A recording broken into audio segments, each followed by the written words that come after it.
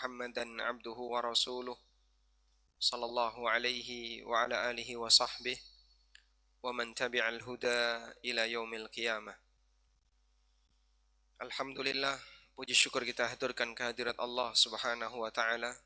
Di kesempatan pagi ini kembali kita lanjutkan kajian dengan membaca buku Prinsip Akidah Ahlussunnah wal Jamaah. Dan insyaallah kita akan membahas tentang larangan mendirikan masjid di atas kuburan. Pembahasan lanjutan yang nanti akan dibahas oleh penulis ini berkaitan dengan masalah mentauhidkan Allah Subhanahu wa taala. Dan salah satu di antara tema tauhid adalah kajian tentang masalah ibadah di kuburan. Sebelum kita bahas ini, terlebih dahulu kita akan memberikan peta tentang kajian masalah keyakinan atau kajian masalah akidah. Baik.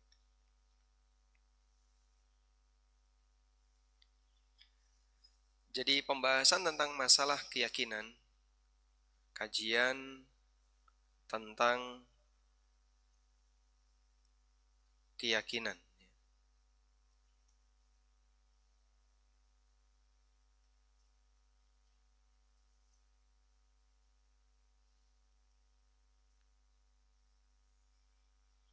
Ada dua secara umum ya. Yang pertama adalah kajian masalah akidah. Kajian seputar masalah akidah ini membahas beberapa hal. Yang pertama adalah rukun iman. Walhamdulillah sudah kita selesaikan. Mulai pembahasan tentang iman kepada Allah, para malaikat, sampai takdir. Semuanya sudah kita bahas di kajian tentang buku ini. Semoga Bapak Ibu masih ingat catatan-catatan dulu ya. Yang kedua, pembahasan tentang masalah ghaibiyat. Hal-hal gaib yang diberitakan oleh Al-Quran maupun hadis.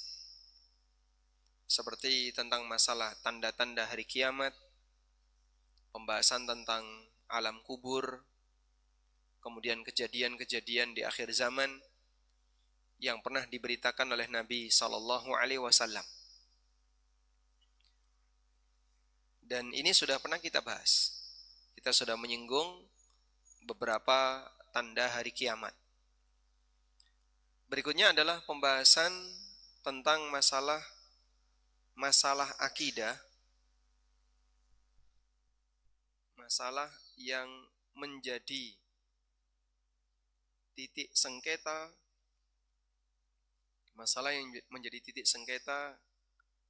antara Ahlus Sunnah dengan kelompok menyimpang.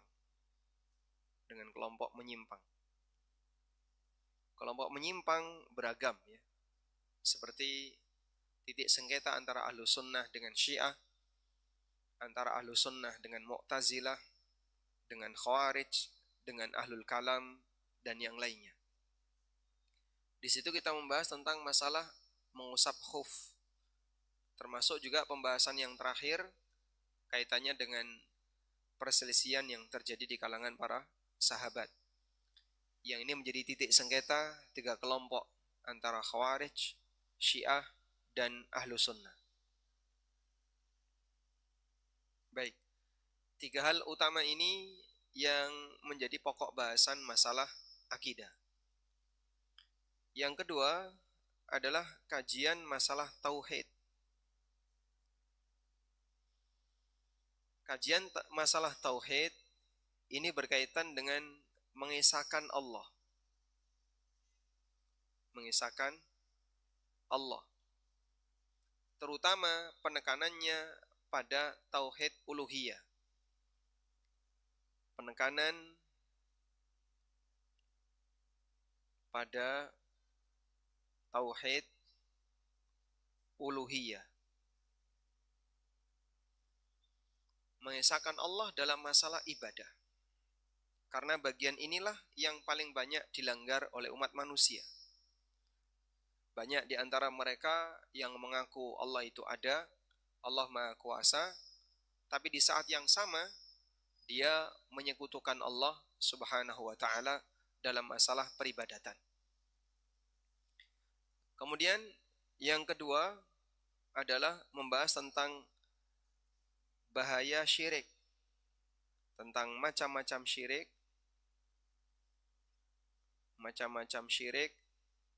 dan bahayanya. Yang ketiga adalah potensi atau perbuatan yang berpotensi sebagai pengantar kesyirikan. Karena itu bisa menjerumuskan orang untuk berbuat dosa syirik. Lalu berikutnya pembahasan tentang hak-hak Allah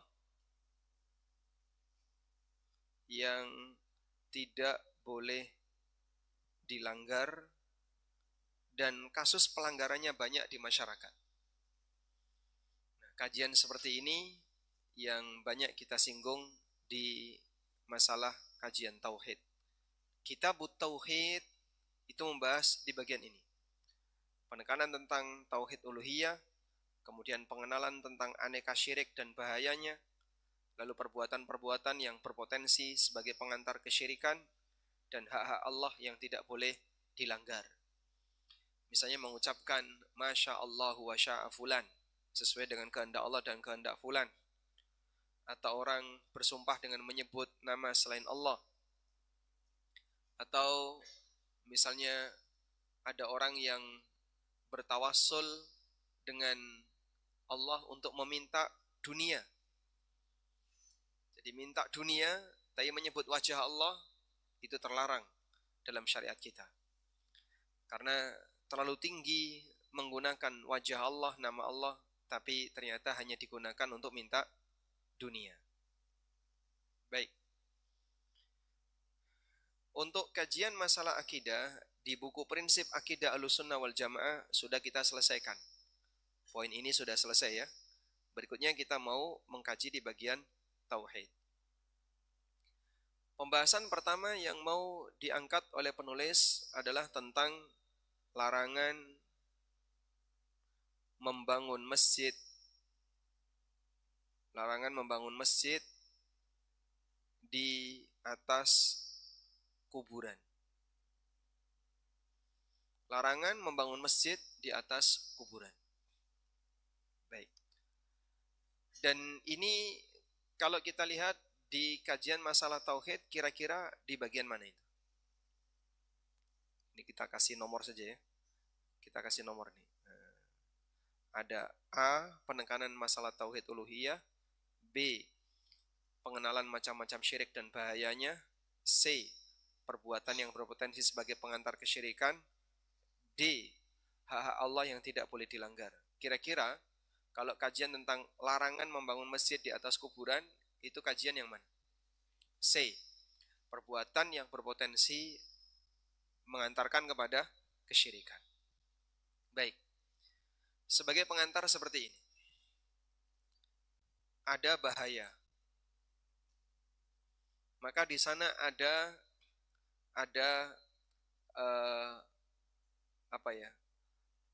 pengantar bahaya. Lalu di sana ada area aman. Sudah? Sesuatu yang berbahaya, maka akan ada space sebagai pengantar bahaya. Dan ada area aman. Kalau ini adalah sebuah kandang macan. Kira-kira orang boleh nonton di mana? Kalau ini kandang kelinci. Begini? Oh, jangan kelinci ya. Monyet misalnya. Yang ini kandang macan, yang ini kandang kelinci. Kira-kira orang yang mau nonton, jaraknya sama nggak antara yang mau nonton kandang macan dengan yang mau nonton kandang kelinci atau kandang monyet? Ya, kandang macan nontonnya di sini boleh, kandang monyet nonton di sini. Sama atau beda? Beda. Kenapa dibedakan? Yang ini punya potensi bahaya lebih besar, sedangkan monyet potensi bahayanya lebih kecil. Sehingga semakin besar potensi bahayanya, orang akan memasang pengaman lebih serius. Baik. Ini adalah runway pesawat. Yang ini rel kereta. Kalau sama-sama datang, anggaplah ini pesawat ya. Kalau sama-sama datang, di posisi mana orang boleh bertahan? Kalau di rel kereta kan sekian sudah boleh ya. Yang penting jangan melewati garis kuning. Di pesawat boleh nggak di sini? Pesawatnya mau datang. Kenapa nggak boleh? Hah?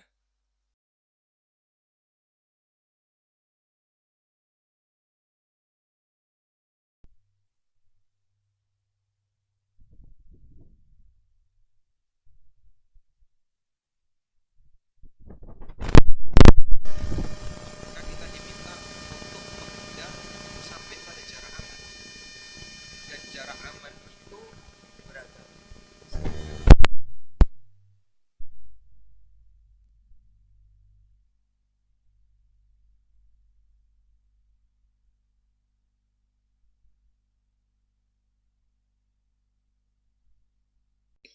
Dengan instalasi air, jarak amannya sama atau beda? Ya, beda. Mana yang lebih butuh jarak aman lebih luas? Instalasi listrik. Dan demikian seterusnya. Baik. Dosa kecil, dosa besar, dosa syirik. Di masing-masing ini ada jarak aman.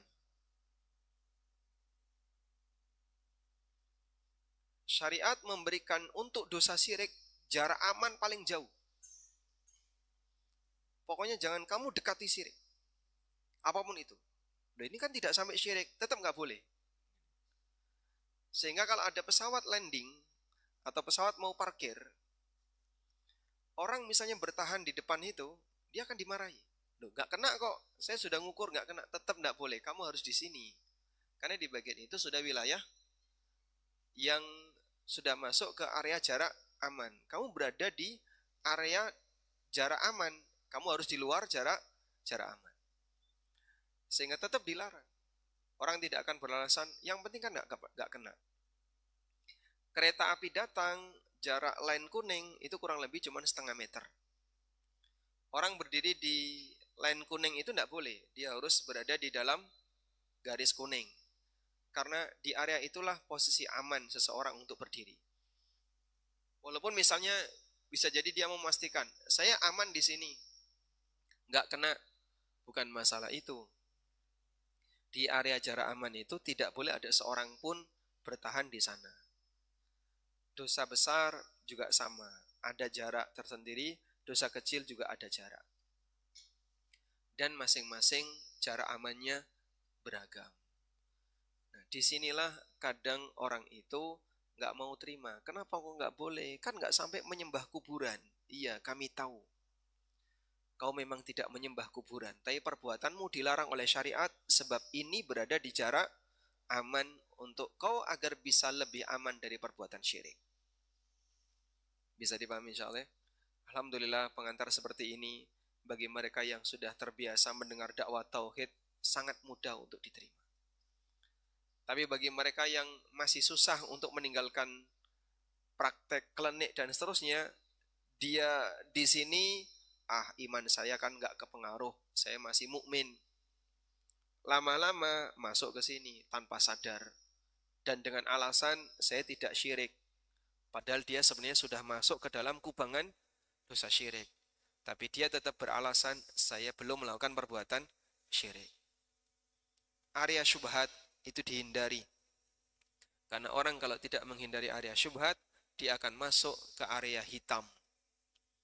Sehingga kamu harus berada di wilayah yang putih. Kalau abu-abu, jangan hindari abu-abu. Kalau tidak, kau akan tersedot untuk masuk ke wilayah yang hitam. Dan betapa banyak orang yang merasa aman dari perbuatan syirik, dia sendiri adalah pelaku kesyirikan. Sekarang kita akan lihat keterangan di buku. Kita baca terlebih dahulu. Tafadhal. Bismillahirrahmanirrahim. Larangan mendirikan masjid di atas kuburan. Ahlussunnah wal Jamaah berkeyakinan bahwa tidak boleh membangun masjid di atas kuburan, dan hal ini merupakan kesesatan dalam agama dan mendatangkan laknat Allah Ta'ala. Dari Aisyah radhiyallahu anha bahwa Ummu Habibah dan Ummu Salamah radhiyallahu anhunna menceritakan kepada Rasulullah Shallallahu Alaihi Wasallam tentang gereja dengan rupaka-rupaka yang ada di dalamnya yang dilihatnya di negeri Habasyah atau Ethiopia. Maka beliau Shallallahu Alaihi Wasallam bersabda, Rupaka, tahu rupakan? Rupaka. Hah? Foto, berhala. Berhala-berhala yang ada di dalamnya. Gambar. Selanjutnya. beliau Shallallahu Alaihi Wasallam bersabda, ulaika qaumun idza mata fihimul abdus salihu awir rajul salih banau ala qabrihi masjidan wa sawwaru fihi tilka suwar ulaika syirarul khalqi indallahi yaumal qiyamah. Mereka itu adalah suatu kaum apabila ada seorang hamba yang soleh atau seseorang yang soleh meninggal di antara mereka, mereka bangun di atas kuburannya sebuah masjid atau tempat ibadah, dan mereka membuatkan di dalam tempat itu gambar-gambar. Mereka itulah makhluk yang paling buruk di hadapan Allah pada hari kiamat. Hadis sahih riwayat Bukhari dan Muslim. Baik, selanjutnya. Rasulullah Shallallahu Alaihi Wasallam bersabda, laknatullahi alal yahudi wan nasara ittakhadhu qubur anbiyaihim masajid. Laknat Allah atas Yahudi dan Nasrani, mereka telah menjadikan kubur-kubur nabi mereka sebagai masjid atau tempat ibadah. Hadis riwayat Bukhari dan Muslim. Baik. Cukup jelas apa yang disebutkan dalam hadis ini yang menegaskan larangan untuk membangun masjid di atas kuburan atau kebalikannya menguburkan orang mati di masjid. Bukan yang nggak boleh membangun masjid di atas kuburan. Berarti kalau memakamkan orang mati di masjid boleh. Terus apa bedanya? Maksud dari hadis ini adalah masjid dan kuburan itu dipisahkan. Masjid dan kuburan itu seharusnya dipisahkan, bukan digabungkan.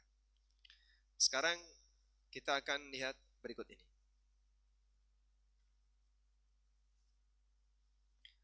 Aturan syariat terkait kuburan.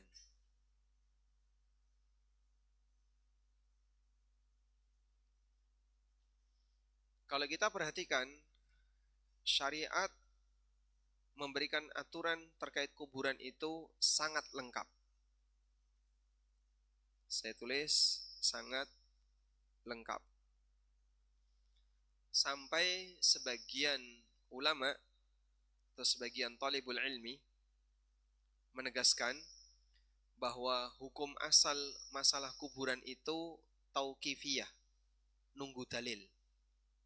Tauqifiyah itu artinya semuanya harus punya dalil. Bahasa kita ya ibadah mahdhah. Sampai ada sebagian talibul ilmi, sebenarnya beliau termasuk ceramahnya banyak sekali ya, disampaikan siapa namanya? Jadi beliau menyebutkan As-Suaidan kalau nggak salah, Syekh Walid As-Suaidan. Syekh Walid As-Suaidan itu menyampaikan bahwa urusan kuburan itu sifatnya tauqifiyah, bahasa kita ya ibadah mahdhah. Karena saking lengkapnya urusan dalam masalah kuburan. Coba kita urutkan ya, seperti apa aturan syariat terkait kuburan. Yang pertama terkait orang mati. Terkait orang mati. Aturan syariat terkait kuburan untuk manusianya, untuk mayit. Saya tulis terkait mayit, orang mati. Pertama, mayit wajib ditangani dengan tata cara khusus. Mulai dari apa? Dimandikan, dikafani, kemudian disolati, dimakamkan. Baik. Sehingga mayit ditangani dengan cara khusus. Yang kedua, ada arahan dalam pembuatan makam. Sehingga makam itu nggak boleh asal. Yang penting diuruk. Nah, itu nggak boleh. Kayak kucing nguruk kotoran itu kan yang penting diuruk. Tapi manusia tidak demikian. Manusia diajari untuk menguburkan orang yang mati di aturan tertentu. Harus dalam. Kemudian ada syak dan ada lahat. Dibuat liang lahat. Kemudian ditutup dengan papan. Setelah itu diuruk dan seterusnya. Menghadap kemana kuburan itu ada aturannya. Sehingga nggak boleh asal-asalan. Iki kuburannya madhep neng di wis melu arah mata angin aja. Nah, bisa nggak kayak gitu? Bisa? Nggak bisa. Arahnya pun ada aturannya. Coba kuburan agama mana yang arahnya ada aturannya selain Islam? Kita ketika memakamkan jenazah, arah makamnya ada aturannya. Ada arahan dalam pembuatan makam. Sehingga tidak boleh asal-asalan. Kemudian yang ketiga, ada aneka larangan. Ada aneka larangan saat memakamkan. Saat memakamkan, dilarang bawa obor.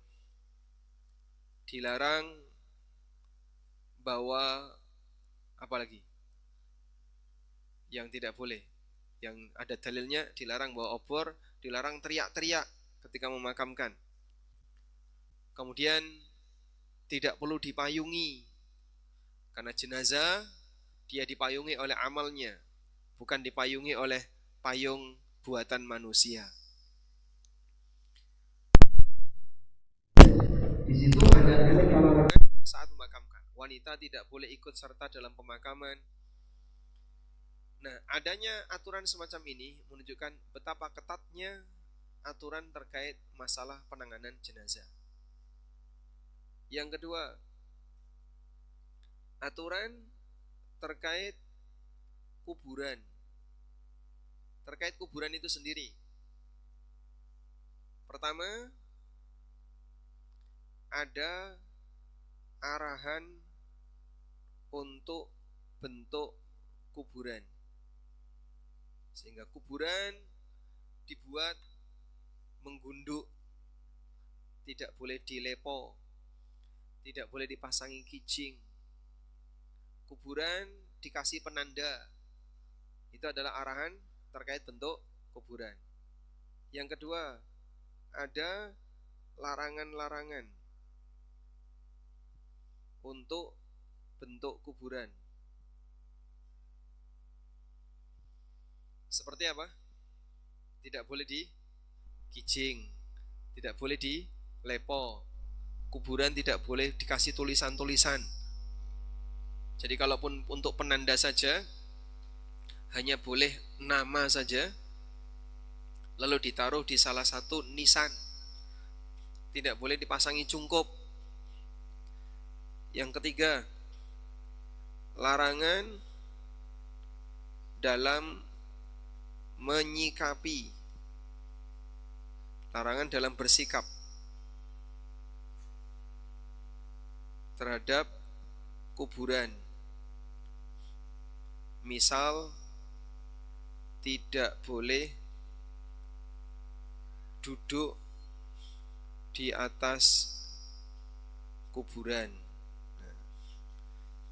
Nggak boleh duduk, nggak boleh berdiri di atas kuburan, nggak boleh ngelangkai kuburan, tidak boleh mengencingi kuburan, karena itu tindakan tidak sopan.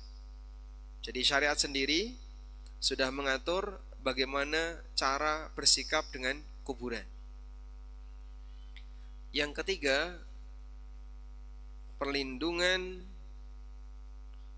tauhid terhadap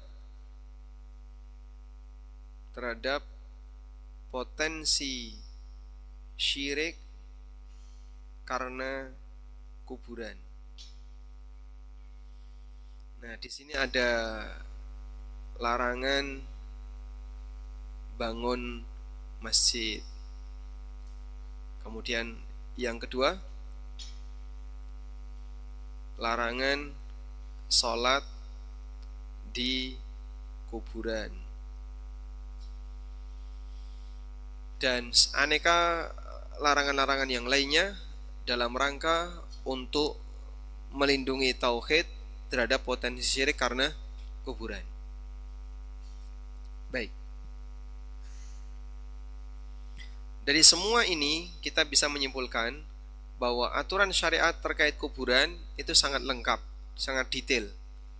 Bahkan sampai menjadi satu buku yang ditulis oleh beberapa ulama seperti Syekh Albani, punya buku judulnya Ahkamul Janaiz, hukum-hukum seputar masalah jenazah.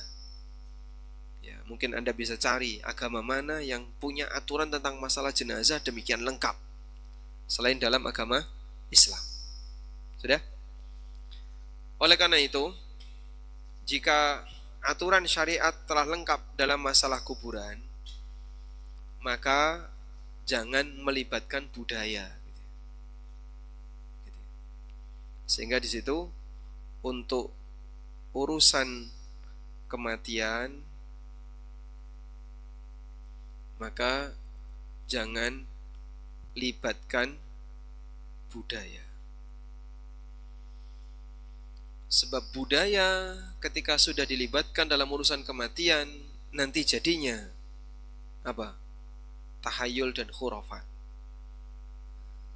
Saat budaya terlibat dalam urusan kematian, maka ini menjadi sumber tahayul dan khurafat. Contohnya apa, Pak? Gawakno degan. Kenapa kalau nggak pakai degan? Engkau ndak ngelak. Engkau nek mayite ngelak terus mulai pripun? Loh, jarene malah kangen ketemu mayit. Apalagi? Gawakno kembang, sawuran. Apa sih tujuannya itu? Ada apa ini? Beras kuning dikasih duit receh, dikasih kembang, sawur-sawur. Apa tujuannya? Iki minangka sedekah terakhir sepanjang jalan. Sedekah kok buang-buang. Ini tabdzir, orang sebut mubadzir ini. Dibuang-buang berasnya. Tidak tepat sasaran. Seharusnya bukan dibuang-buang, kasihkan fakir miskin.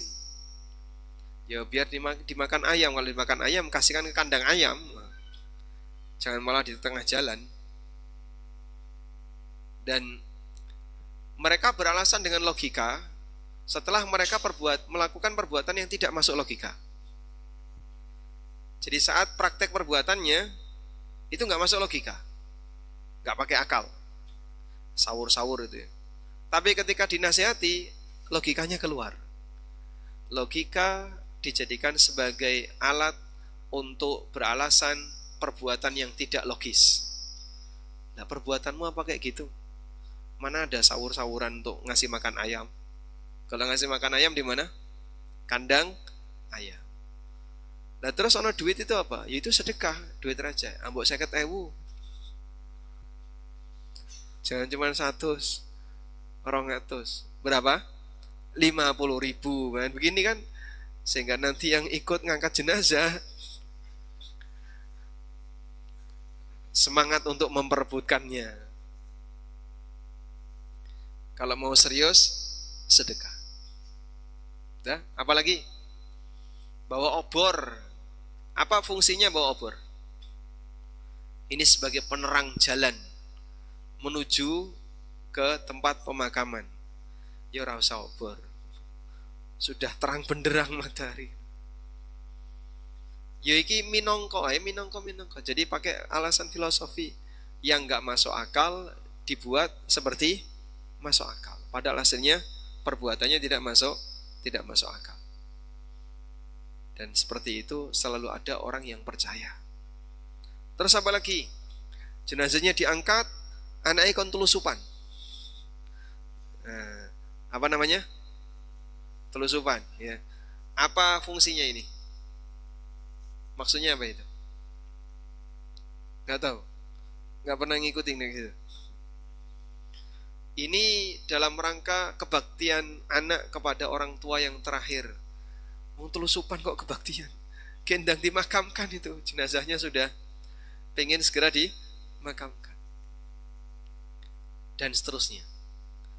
Makanya di tempat kita, kalau budaya sudah terlibat dalam urusan kematian, urusan kuburan, dan terusnya, bisa dipastikan akan menjadi sumber tahayul dan khurafat.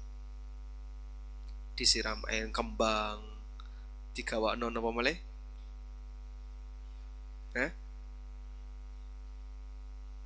Kelapa, terus napa malih, Pak? Kunyit, kencur barangnya. Tinggo napa liyo? Ya, intinya kita semuanya tahu semua itu gak masuk akal. Dah? Itu dilepas, diuculi, diisi lemah. Sehingga diambil tanah, dimasukkan ke dalam mulutnya. Itu dimasukkan ke mulutnya tanahnya. Nah, kenapa? Biar dia sudah tidak lagi butuh dunia. Mulutnya disumpel tanah. Kalau nggak diuculi gimana? Wah, engko dadi pocong gentayangan karena pocongnya belum dilepas. Memang melepas pocong termasuk dianjurkan. Melepas ikatan kain kafan itu dianjurkan. Tapi bukan berarti kalau tidak dilepas dia akan gentayangan karena belum dilepas. Nah, semua itu adalah sumber tahayul yang terjadi di masyarakat. Wallahu a'lam. Baik. Selanjutnya,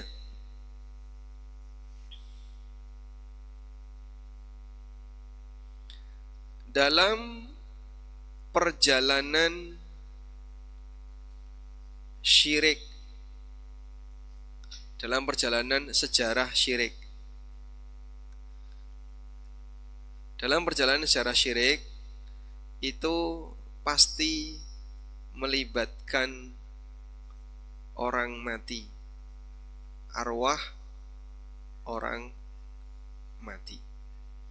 Selalu seperti ini. Sehingga kalau kita lihat misalnya syirik pertama di muka bumi ini terjadi pada siapa? Syirik pertama di muka bumi umat Nabi siapa? Nuh alaihissalam. Syirik pertama di muka bumi terjadi pada umatnya Nabi Nuh alaihissalam, yaitu beberapa orang soleh yang mereka disembah oleh umatnya Nabi Nuh. Coba kita lihat di surat Nuh, Allah Subhanahu wa taala menceritakan la tadarunna waddan wala suwa'an wala yaghutha wa ya'uqa wa nasra. Di surat Nuh ayat 23. Allah Ta'ala berfirman, "Wa makaru makran kubbara wa qalu la tadharunna alihatakum wa la tadharunna waddan wa la suwa'an wa la yaghutha wa ya'uqa wa nasra." Janganlah kalian tinggalkan Tuhan-Tuhan kalian. Jangan kalian tinggalkan Tuhan Wat, Tuhan Suwa', Tuhan Yaghuth, Tuhan Ya'uq, dan Tuhan Nasr. Siapa Pak nama-nama ini Pak? Coba kita lihat di tafsir Ibnu Katsir.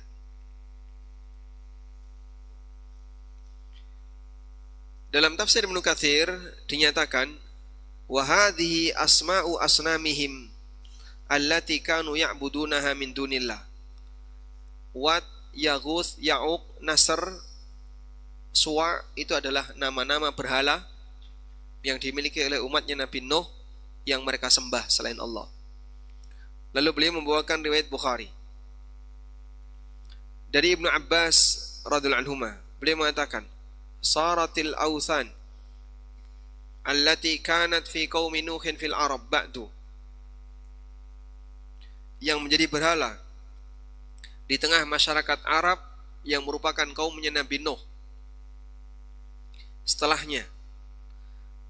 Wat fakanat likal. Wat milik, jadi masyarakat Arab menyembah berhala-berhala itu setelah Nabi Nuh. Wat ini disembah oleh Bani Kalb di Daumatul Jandal.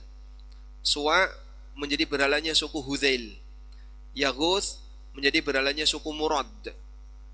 Kemudian Bani Ghatif di daerah Julf dekat Sabak. Ya'uq menjadi berhalanya suku Hamdan. Nasr menjadi berhalanya suku Himyar, keluarga atau keturunan Dzikila. Lalu kata Ibnu Abbas, wahia asma'u rijalin salihin, itu adalah nama-nama orang-orang soleh di antara kaumnya Nabi Nuh saat mereka mati, prasasti di tempat ibadah mereka dan diberi nama dengan nama-nama mereka. Fafa'alu, akhirnya dilakukan. Awalnya tidak disembah sampai ketika generasi pertama sudah hilang, generasi berikutnya menyembahnya. Jadinya apa ini? Di zaman Nabi Nuh alaihissalam, syirik pertama di muka bumi terjadi karena pengagungan arwah orang soleh. Pengagungan arwah orang soleh yang sudah mati. Nah, cerita syirik yang berikutnya adalah syirik di zaman Ibrahim.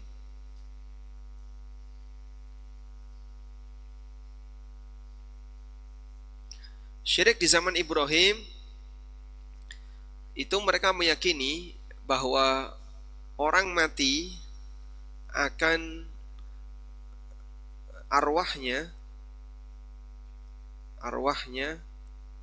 berada di luar angkasa, lalu menjadi benda-benda langit.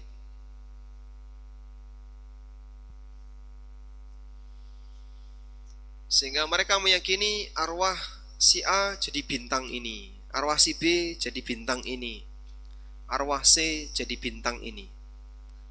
Makanya mereka punya anggapan bahwa Tuhannya adalah bintang-bintang itu.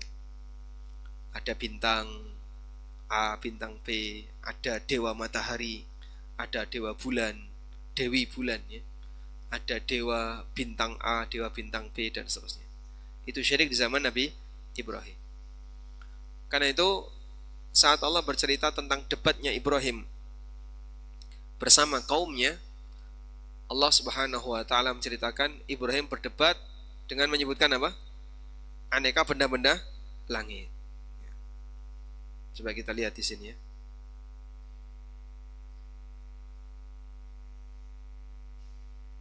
Allah Subhanahu wa taala berfirman tentang bagaimana debatnya Ibrahim alaihissalam. Di surat Al-An'am Allah Ta'ala berfirman, "Wa kadzalika nuri Ibrahim malakutas samawati wal ard wal yakuna minal muqinin." Demikianlah kami tunjukkan kepada Ibrahim kerajaan langit dan bumi agar beliau menjadi orang yang yakin. Lalu beliau berdebat dengan kaumnya. Falamma janna alaihi lail, ketika sudah masuk waktu malam, ra'a kaukaba, Ibrahim melihat bintang. Qala hadza rabbi, kemudian Ibrahim mengatakan, ini adalah Tuhanku. Falamma afala qala la uhibbul afilin, begitu bintangnya hilang, Ibrahim mengatakan, aku enggak suka sama yang hilang. Masa Tuhan kok hilang? Falamma ra'al qamara bazighan qala hadza rabbi, ketika Ibrahim melihat bulan purnama, Ibrahim mengatakan, ini adalah Rabbku. Falamma afala, begitu bulannya tenggelam, qala la illam yahdini rabbi la akunanna minal qaumid dhalin. Ibrahim mengatakan, kalau Allah tidak memberikan petunjuk kepadaku, aku akan jadi orang yang sesat. Falamma ra'a asy-syamsa bazighatan qala hadza rabbi, ketika Ibrahim melihat matahari bazighatan bersinar terang, Ibrahim mengatakan, ini adalah Rabbku. Hadza akbar, ini paling besar. Falamma afalat, begitu matahari tenggelam, qala ya qaumi inni bari'um mimma tusyrikun. Ibrahim mengatakan, wahai kaumku, aku berlepas diri dari apa yang kalian sekutukan. Baik, jangan dipahami ayat ini Ibrahim sedang nyari Tuhan. Itu salah besar. Pak, itu Ibrahim sedang bereksperimen untuk mencari Tuhan. Subhanallah.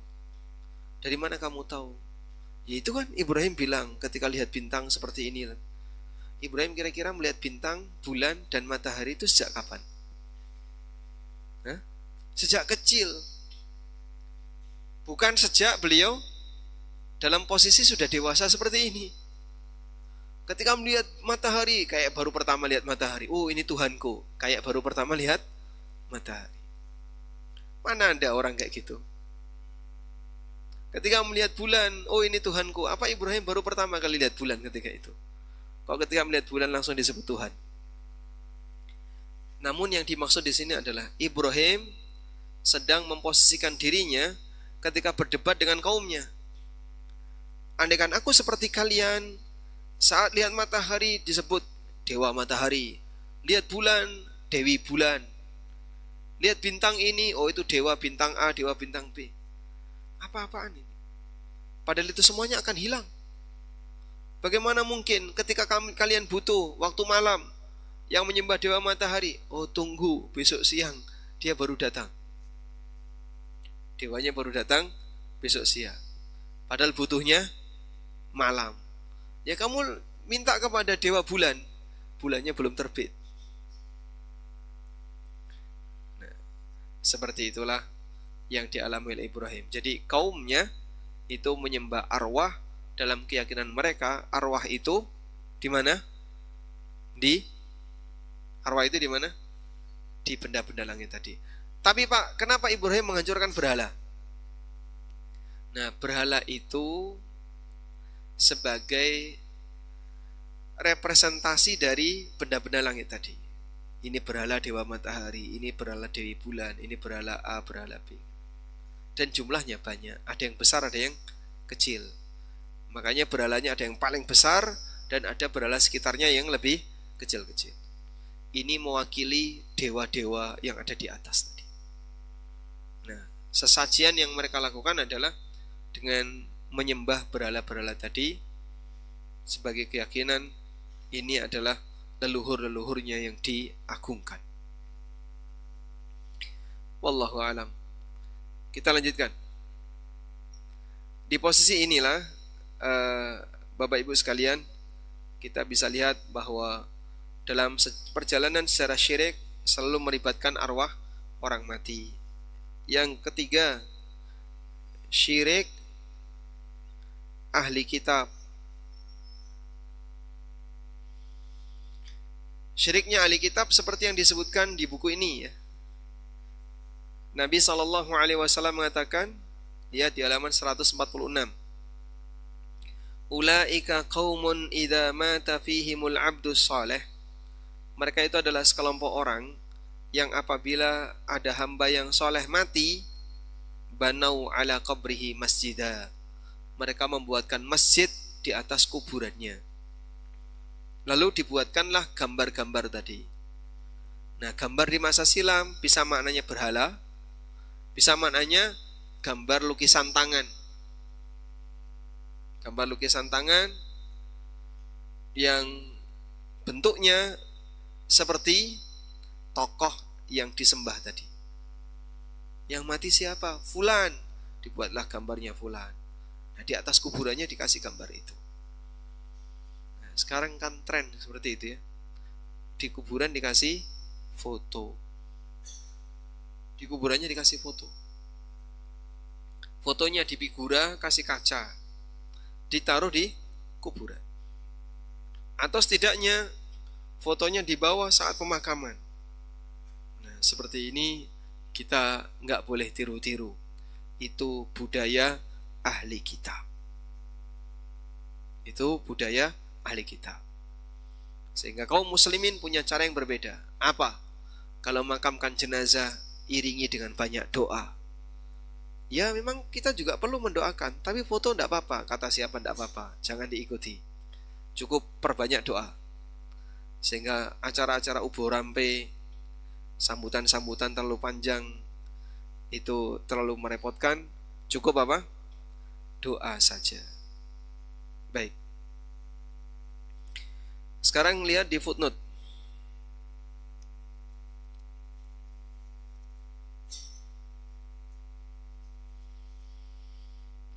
Di kitab Tahdhirus Sajid min ittikhadhi al-quburi masajid disebutkan, tidak boleh sholat menghadap kubur. Hal ini adalah larangan tegas dari Nabi SAW. La tusallu ilal kuburi wa la tajlisu alaiha. Janganlah kalian sholat dengan menghadap ke arah kuburan, dan jangan duduk di atas kuburan. Sehingga konsekuensinya tidak boleh sujud di atas kuburan. Demikian pula tidak boleh membangun masjid di atas kuburan. Tidak boleh sholat di masjid yang dibangun di atas kuburan. Baik. Selanjutnya, dalam keterangan fatwa Syekh Abdul Aziz Ibnu Baz, beliau mengatakan, hadis-hadis larangan tersebut menunjukkan haramnya membangun masjid di atas kubur dan tidak boleh menguburkan mayat di dalam masjid. Yang kedua, tidak boleh sholat di masjid yang di sekelilingnya terdapat kuburan. Sudah? Beralih ke keterangan Ibnu Utsaimin rahimahullah. Dalam Qaulul Mufid, Imam Ibnu Utsaimin menyebutkan, siapa yang mengubur seseorang di dalam masjid, maka harus memindahkannya dan mengeluarkannya dari masjid, taruh luar.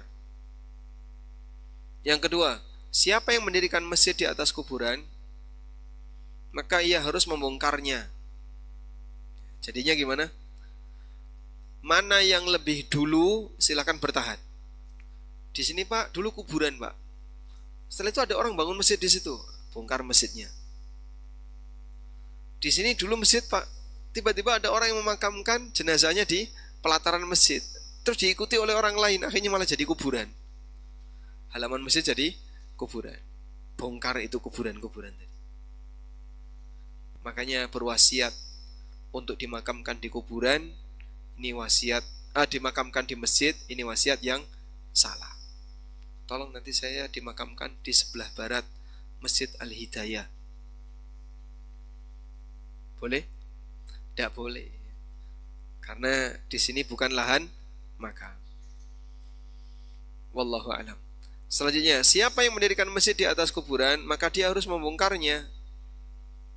Karena praktik seperti ini termasuk dosa besar. Disampaikan pula oleh Syekh Salim bin Id al-Hilali dalam Mausu'ah Al-Manahi Syar'iyah ensiklopedi larangan-larangan syariah, beliau menyebutkan menjadikan kubur menjadi tempat ibadah termasuk dosa besar, dengan sebab orang yang melakukannya mendapat laknat Allah, seperti yang dilakukan oleh ahli kitab tadi. Yang kedua, orang yang melakukannya disifati dengan sejelek-jelek makhluk. Nabi SAW mengatakan, ulaika syirarul khalqi, mereka itulah makhluk yang paling buruk di hadapan Allah.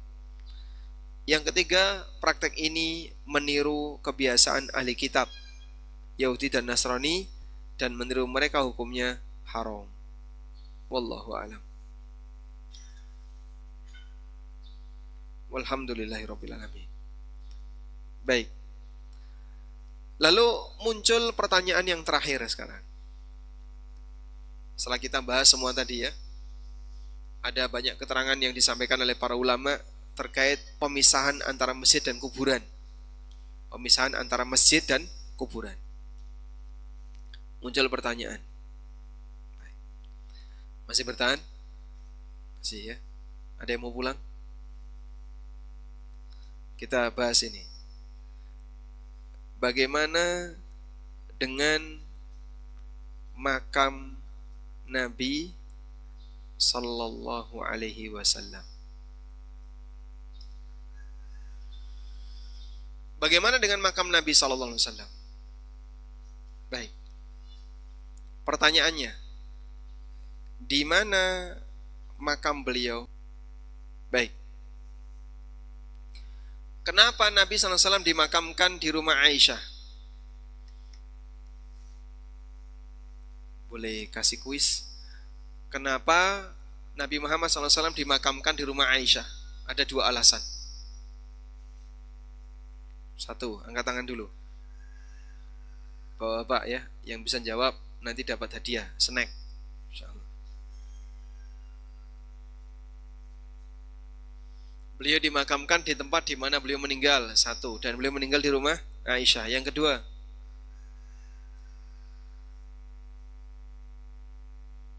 silakan. Mencegah adanya praktek kesyirikan di makam Nabi. Apa hubungannya?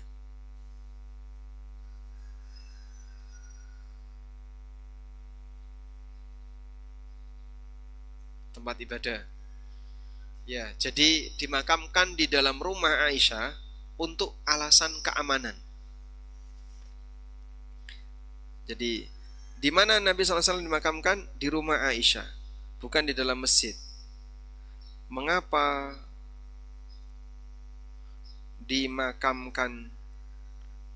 dimakamkan di rumah Aisyah, kok bukan di dalam masjid?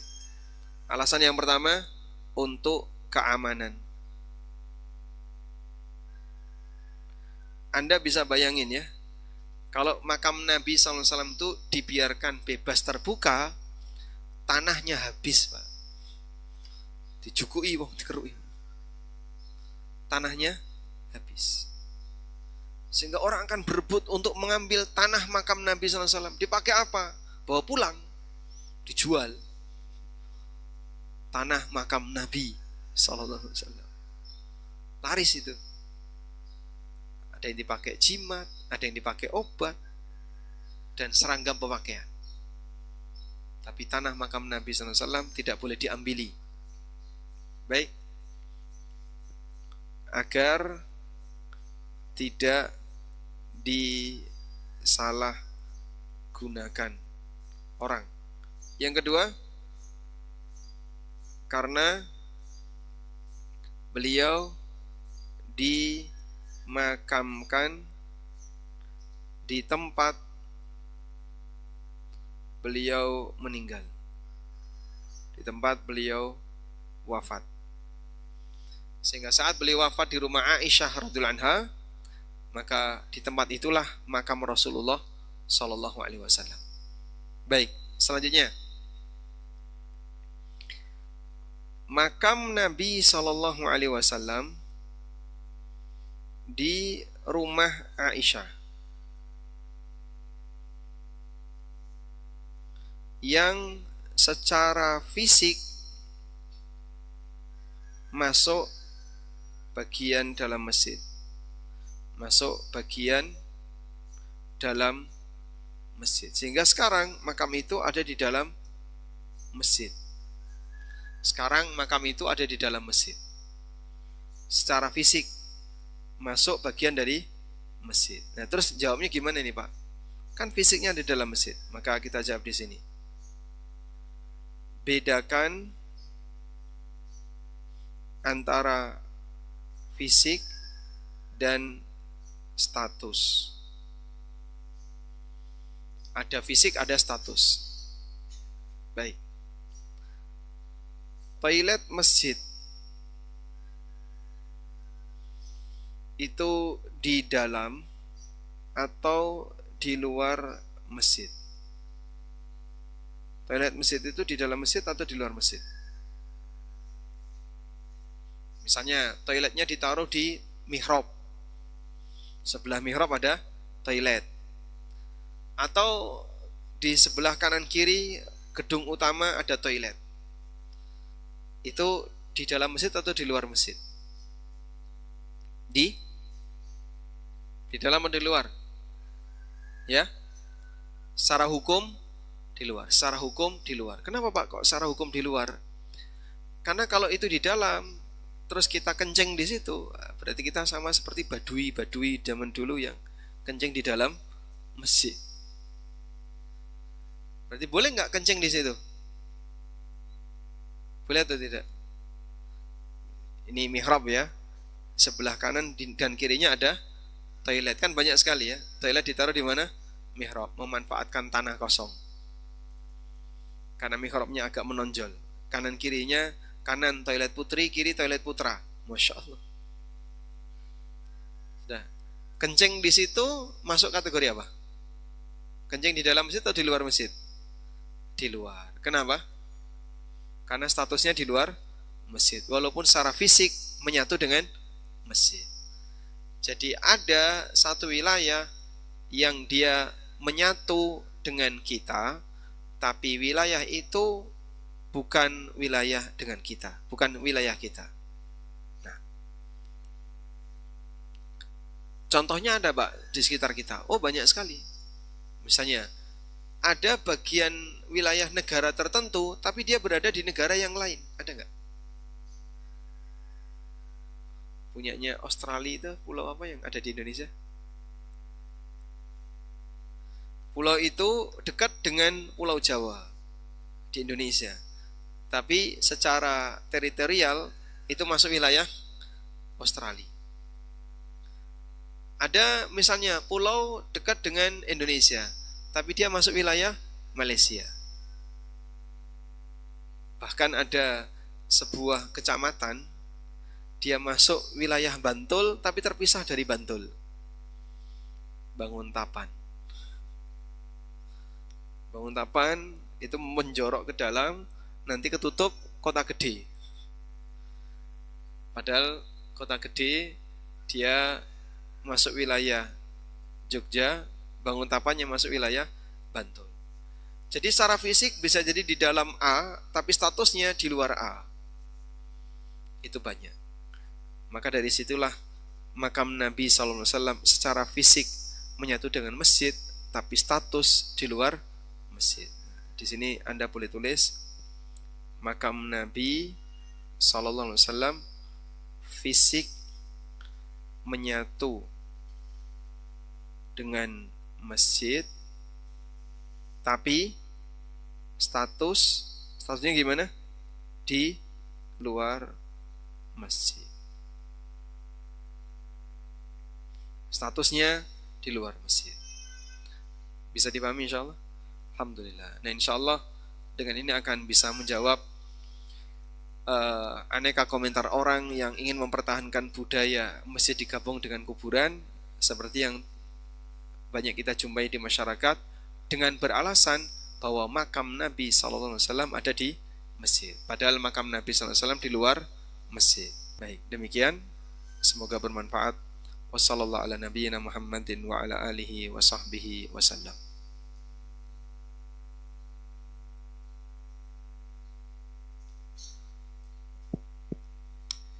Alhamdulillah, jazakumullah khairan atas kajian pada pagi hari ini. Kita masuk sesi tanya jawab nih. Sebelum kita baca pertanyaan dari para ibu-ibu, monggo kalau ada teman-teman yang langsung bertanya. Monggo Pak. Silakan. Waalaikumsalam warahmatullahi wabarakatuh. Bismillah. Nabi dimakamkan di tempat beliau wafat. Ini merupakan tradisi atau disyariatkan, Ustaz? Tradisi atau menjadi syariat? menjadi syariat? Tradisi siapa maksudnya, Pak? Tradisi mungkin tradisi di Arab sana Arab. atau ya.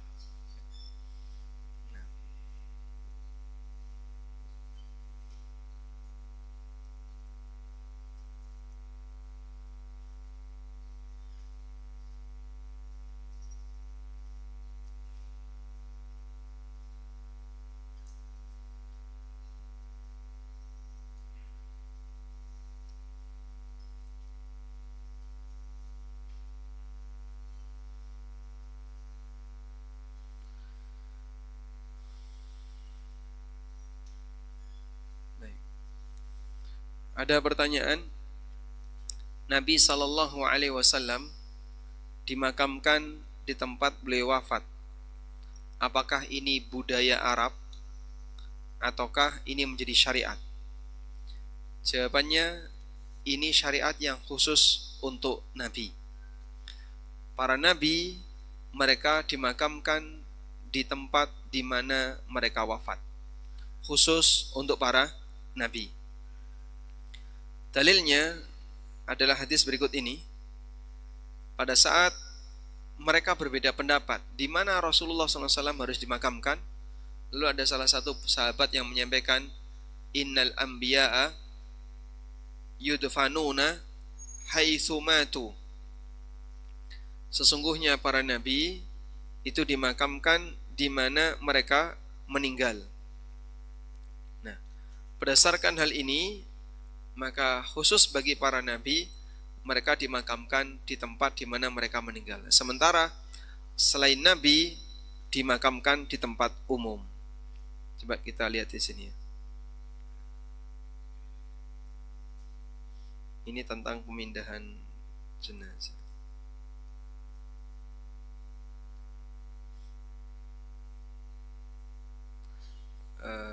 Saya coba cek hadisnya. Al-Anbiya yudfanun.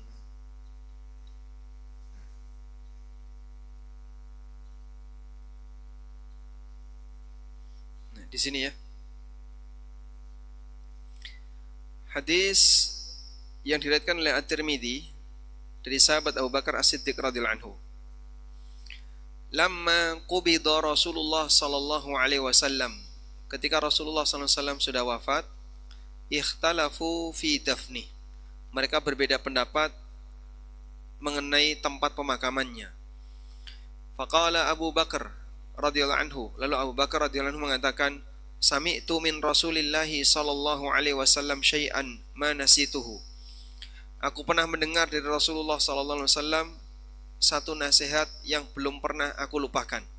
Qala, beliau bersabda, Ma qabadallahu nabiyan, tidak ada seorang pun nabi yang Allah cabut nyawanya, illa fil mawdi'il ladzi yuhibbu ayyudfana fihi, kecuali di tempat di mana nabi itu senang untuk dimakamkan di situ. Fadafanuhu fi mawdi'i firashihi, maka akhirnya mereka memakamkan Nabi Muhammad SAW di tempat tidur beliau, di tempat wafatnya beliau SAW. Dan dalam hadis yang lain, riwayat yang lain dari Aisyah radhiyallahu anha, beliau menceritakan, lamma qubida Rasulullah SAW, ketika Rasulullah SAW wafat, ikhtalafu fi dafnihi, mereka beda pendapat mengenai tempatnya. Faqala Abu Bakar, kemudian Abu Bakar radhiyallahu anhu mengatakan, Sami'tu min Rasulillahi sallallahu alaihi wasallam syai'an, Aku pernah mendengar hadis Nabi sallallahu alaihi wasallam, "Ma qabadallahu nabiyyan illa fil mawdi'il ladzi yuhibbu ayyudfana fihi." Tidaklah Allah mencabut nyawa seorang nabi kecuali di tempat di mana nabi itu ingin dimakamkan di situ. Idfinuhu fi mawdi'i firashihi. Maka makamkanlah beliau di tempat wafatnya beliau sallallahu alaihi wasallam. Nah, kemudian dari hal ini terdapat kaidah bahwasanya para nabi dimakamkan di tempat di mana beliau meninggal. Sehingga apakah ini syariat atau budaya? Jawabannya syariat yang Allah tetapkan untuk para nabi saja. Selain nabi tidak boleh. Sehingga mati di JIH, nah, jangan dimakamkan di situ. Mati di Sarjito, dimakamkan di situ. Wow, nanti rumah sakit jadi makam di mana-mana. Tidak berlaku bagi yang lain. Wallahu a'lam.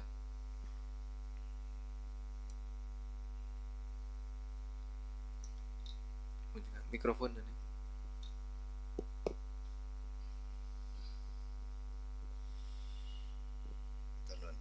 Baik, kita baca pertanyaan, kita utamakan yang terkait dengan materi dulu. Yang pertama,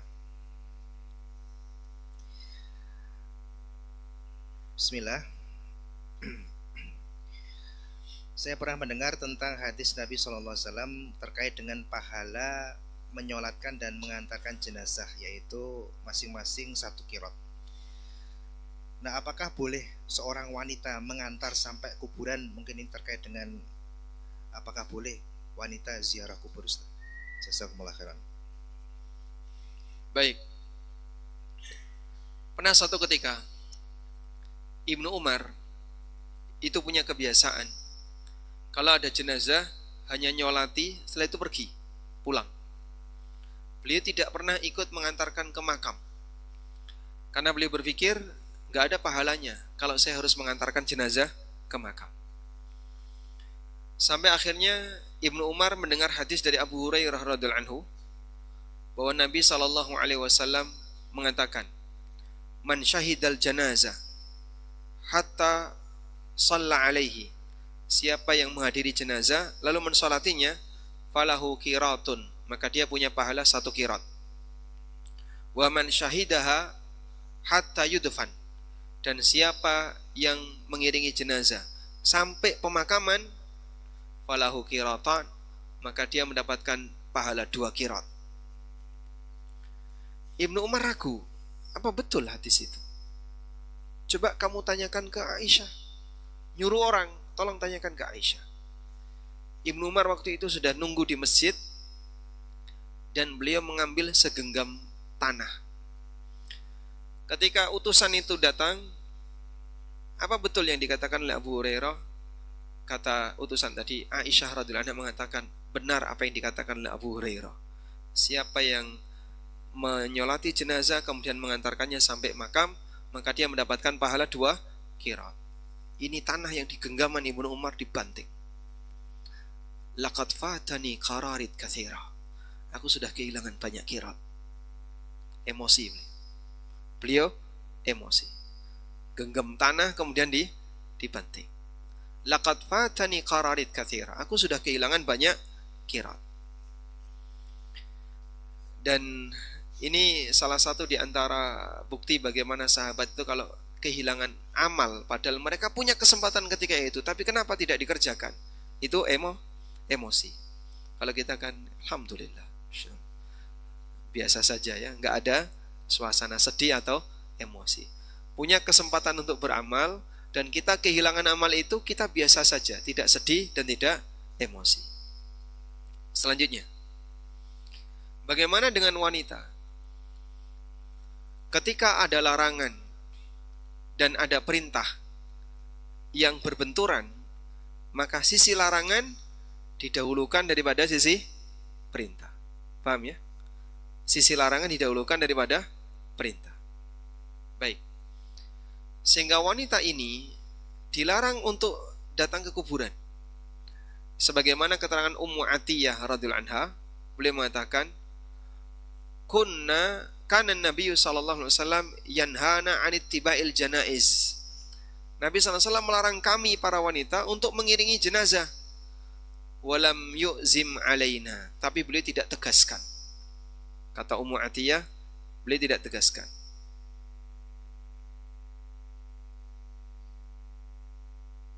Coba teks hadis.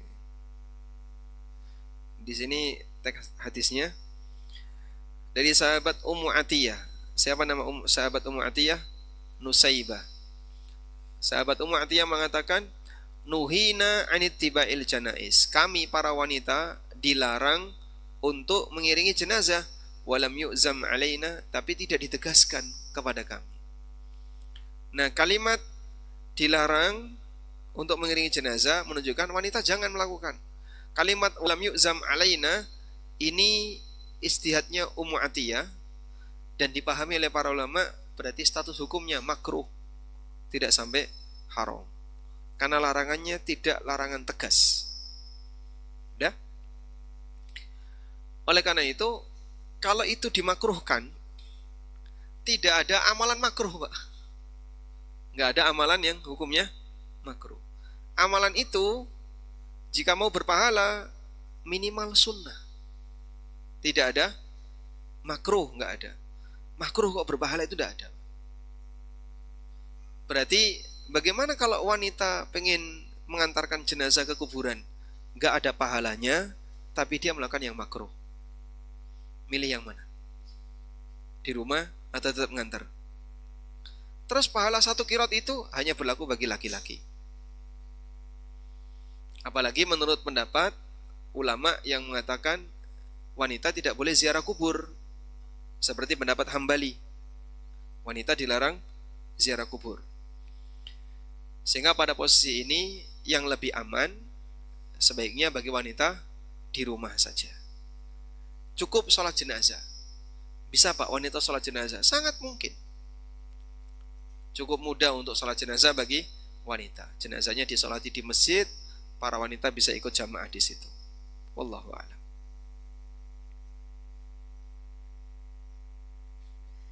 Kemudian berikutnya yang pertama Ustadz, apakah ketika dikuburkan pada malam hari boleh membawa obor atau penerangan lampu? Kemudian yang kedua, terkait pemakaman jenazah yang ditumpuk atau dijadikan satu. Misalnya istri meninggal beberapa tahun kemudian suami dikuburkan di liang yang sama dengan istri, apakah boleh? Baik. Mengenai memakamkan jenazah di waktu malam, para ulama sendiri menilai perbuatan ini sebagai perbuatan yang makruh. Di sini ada keterangan dari Jabir bin Abdullah radhiyallahu anhuma. Jabir bin Abdullah pernah mengatakan, ra'a nasun naran fil maqbarah fa'atauha fa idza Rasulullah sallallahu alaihi wasallam fil qabri wa idza huwa yaqulu nawilni sahibakum fa idza huwa rajulul ladzi kana yarfa'u sautahu bidzikri. Mengenai memakamkan jenazah di waktu malam, ulama beda pendapat. Sebagian mengatakan boleh dan sebagian mengatakan makruh. Ibnu Hazm menilai itu haram. Dan ini yang diikuti oleh Syekh Albani. Dan di antara dalil yang membolehkan adalah hadis riwayat Abu Dawud dari Jabir bin Abdullah. Ada orang yang melihat obor di kuburan, fa'atauha, maka mereka pun mendatangi obor tadi. Ternyata Rasulullah SAW sedang berada di kuburan. Wa idza huwa yaqul, dan beliau mengatakan, nawilni sahibakum, coba mana jenazahnya, berikan ke aku. Fa idza huwa rajulul ladzi kana yarfa'u sautahu bidzikri. Ternyata beliau adalah orang yang tadi mengangkat suaranya ketika zikir.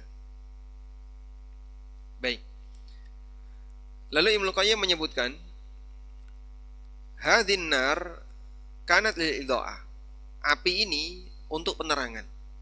Karena itu Abu Dawud menyebutkan ini dalam sunannya dengan memberikan judul bab ad-dafnu bil lail, memakamkan mayit di waktu malam. Kata Imam Ahmad, la ba'sa bidzalika. Wa qala Abu Bakar, dan kata Abu Bakar Al-Khallal, memakamkan di waktu malam. Wa Abu Bakar dufina lailan, Abu Bakar dimakamkan di waktu malam. Ali dimakamkan di waktu malam, demikian pula Fatimah.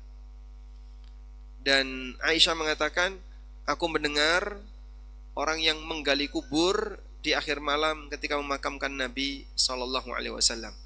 Di antara sahabat yang dimakamkan di waktu malam adalah Utsman, Aisyah, dan Ibnu Mas'ud. Uqbah bin Amir memberikan keringanan, Ibnu Musayyib juga sama. Wallahu alam. Intinya dalam hal ini ada khilaf di antara para ulama tentang hukum pemakaman jenazah di waktu malam. Sebagian ada yang membolehkan, sebagian menilai makruh, dan ada juga yang menilai haram. Nah, dan kalau berpendapat boleh, berarti membawa lampu karena untuk kepentingan pemakaman hukumnya diperbolehkan.